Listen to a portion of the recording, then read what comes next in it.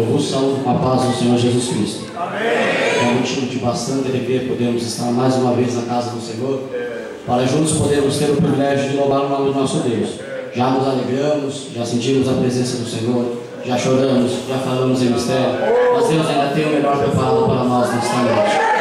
Eu quero deixar apenas alguns versículos para a meditação da igreja, que se encontram na segunda carta do apóstolo Paulo a Timóteo, capítulo 2, a partir do versículo de número 1. Deus é fiel para com as nossas vidas.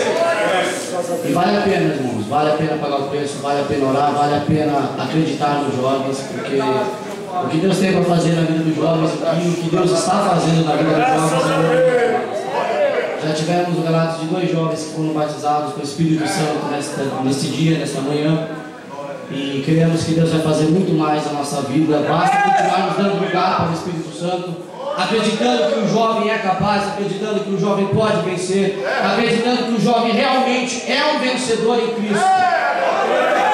A palavra do Senhor nos diz assim: Tu, pois, meu filho, fortifica-te na graça que há em Cristo Jesus. E o que de mim, entre muitas testemunhas, ouviste, confio a homens fiéis, que sejam idôneos para também ensinarem os outros. Sofre, pois, comigo as aflições como bom soldado de Jesus Cristo. Ninguém que milita se embaraça com negócios desta vida, a fim de agradar aquele que o alistou para a guerra. E se alguém também milita, não é coroado senão militar legitimamente. O lavrador que trabalha deve ser o primeiro a gozar dos frutos. Amém? Louvado seja o Senhor. Estou alegre porque Deus é fiel nas nossas vidas. A palavra do Senhor nos relatando acerca da segunda carta que o apóstolo Paulo enviou a Timóteo.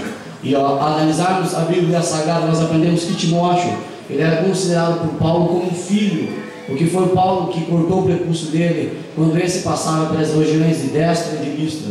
A Bíblia Sagrada diz que Timóteo, ele era filho de uma judia, por nome de Eunice, mas de pai grego. E por causa disso, por causa dele ser pai, filho de um homem grego, Paulo teve que circuncidar Timóteo por causa dos judeus que haviam ali naquela cidade, por causa dos judeus que ali havia. E a Bíblia diz que quando Paulo corta o prepúcio de Timóteo, Timóteo acompanha as suas viagens missionárias. E nós aprendemos bem que Timóteo, ele sempre estava ao lado do Paulo. Tanto é que na maioria das cartas que o apóstolo Paulo escreveu no Novo Testamento, quase todas tinham a coautoria de Timóteo. Quase todas tinham Timóteo relacionado, estava Timóteo juntamente com Paulo. E a Bíblia diz que por certa feita Timóteo ficou dirigindo a igreja que estava em Éfeso. E a igreja que estava em Éfeso era uma igreja que tinha ali alguns certos problemas, porque haviam ali certos homens, haviam ali certas pessoas que idolatravam certos deuses, idolatravam a deusa Diana. E a Bíblia Sagrada diz que por inúmeras vezes Paulo, ele temia por Timóteo. Paulo, ele temia que Timóteo não fosse aguentar as provas, não fosse aguentar a dificuldade que ele estava passando, e que ele poderia passar ali estando à frente daquela igreja, que estava numa cidade tão perturbada quanto era a cidade de Éfeso. E a Bíblia diz que Paulo, ele resolve escrever a carta a Timóteo. Ele escreve dizendo no capítulo 2, nos versículos a quais lemos aqui nesta noite, ele diz para Timóteo: olha, tu, pois, meu filho, fortifica-te na graça que há em Cristo Jesus. Paulo estava aconselhando a Timóteo a se fortificar na graça que havia em Cristo Jesus. Que não era para Timóteo olhar para as dificuldades que ele iria passar, que não era para Timóteo olhar para os problemas que ele iria enfrentar, mas que era para ele se fortalecer na graça que há em Cristo Jesus.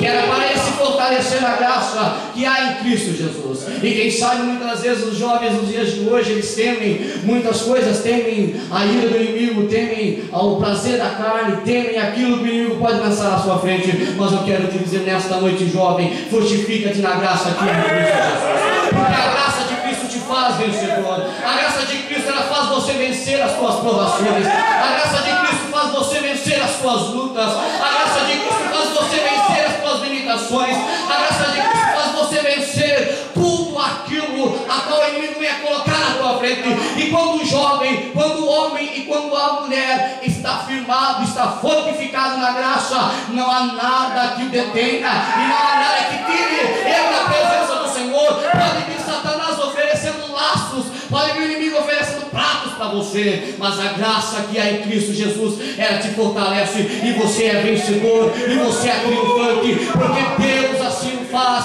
porque a graça dele se manifestou na nossa vida, e nós, quando estamos firmados e pautados dentro da graça do Senhor, não há nada que possa ficar à nossa frente, e não há nada que possa nos impedir. E Timóteo, ele diz, e Paulo, melhor dito, diz para Timóteo: olha, Timóteo, sofre, pois, comigo as aflições como um bom soldado de Cristo Jesus.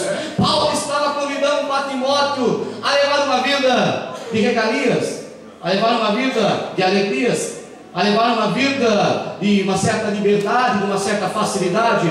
Não, Paulo estava dizendo para Timóteo: sofre comigo, Timóteo. Eu te convido, Timóteo, a você sofrer comigo, Timóteo, a você padecer comigo, Timóteo, a você ser afligido junto comigo, Timóteo. Eu convido você, Timóteo, a passar pelas provas juntamente comigo, Timóteo. Eu convido você para passar pelas lutas comigo, Timóteo. E assim a vida cristã, meu querido. Jesus já nos disse: olha, eu vos digo, Pai, que em mim tenhais paz, mas no mundo tereis aflições. Meu querido, eu quero te dizer que a vida cristã, ela não é uma vida simplesmente de facilidade, mas é uma luta de provas, é uma vida de lutas, é uma vida de batalhas espirituais, a quais nós batalhamos todos os dias. E Paulo estava dizendo para Timóteo: sofre, Timóteo, sofre comigo estas aflições, Timóteo. E a palavra sofrer aqui eu acho interessante, que a origem dela é do grego upomeno, significa suportar. Paulo estava dizendo para Timóteo: olha, Timóteo, suporte as lutas, suporte as dificuldades, suporte os problemas. Jovem, suporte tudo aquilo por amor de Cristo. Suporte as lutas, suporte as provas, suporte a dificuldade. Mas eu quero te dizer que quando você suportar, no fim do teu caminho você vai encontrar Cristo de braços abertos, você vai encontrar o teu Redentor de braços abertos para lhe dar a coroa da vitória, para lhe dar a coroa da vida, para lhe dar tudo aquilo que você merece. E Paulo, o que eu acho interessante, que quando ele disse isso para Timóteo, ele tinha em mente, ele tinha visto o antigo soldado romano, soldado grego, que quando ele ia para uma batalha, ou ele morria na batalha defendendo o seu país, ou ele voltava glorioso, ele voltava com a honra, ele voltava com a glória de ter defendido o seu país e ter sido triunfante. Para ele era melhor morrer na batalha do que voltar derrotado para a sua casa. E eu acho isso muito glorioso, porque a nossa vida, ela não é uma vida de derrota, ela não é uma vida simplesmente de você ficar perdendo. Paulo já disse aos romanos que nós somos mais do que vencedores por aquele que nos chamou. E eu aprendo também que a palavra mais que vencedor, a origem dela significa conquistar além do mais. Quando você está fortalecido na graça, você conquista além das suas limitações. Quando você está fortalecido, quando o Espírito Santo de Deus está na sua vida, meu querido, não há nada que seja palpável que você não possa conseguir. Não há nada que seja imaginável à tua mente que você não possa conquistar, porque o teu Deus, ele te dá condições de você conquistar além daquilo que você pensa que é impossível para você. Eu já digo que para Deus não há nada impossível, porque ele já disse em Lucas capítulo 1 versículo 37, porque para Deus nada é impossível. Gênesis 14, 18, haveria coisa alguma difícil ao Senhor?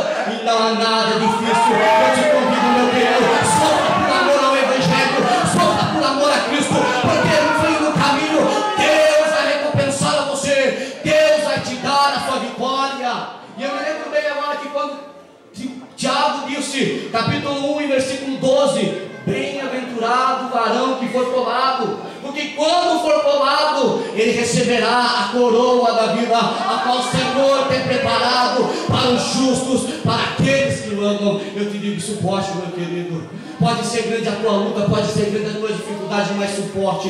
Pague o preço, meu querido, porque vale a pena você sofrer por amor do Evangelho. E eu aprendo com Jesus que o Evangelho que Jesus pregava não é o Evangelho que dizem por aí, o Evangelho de facilidades, o Evangelho de determinar, não. Mas eu aprendo com Jesus que ele disse: quem quiser vir após mim deve negar-se a si mesmo, tomar a sua cruz e caminhar e seguir-me. Tem que ter a cruz na vida do cristão. A cruz, meu querido, tem que estar na tua vida. Você tem que estar sofrendo, mas no fim do caminho você já tem a certeza de que você é vencedor. O povo cristão é o único povo que vai para uma batalha já sabendo do resultado. O povo cristão é o único povo que entra numa peleja, que entra numa luta já sabendo do resultado. É vencedor, é ser triunfante. mas a questão é como saber suportar o caminhar, o desenrolar e o desenvolver da história. É isso que eu acho interessante, é o saber desenrolar e o saber levar a sua vida durante o caminho.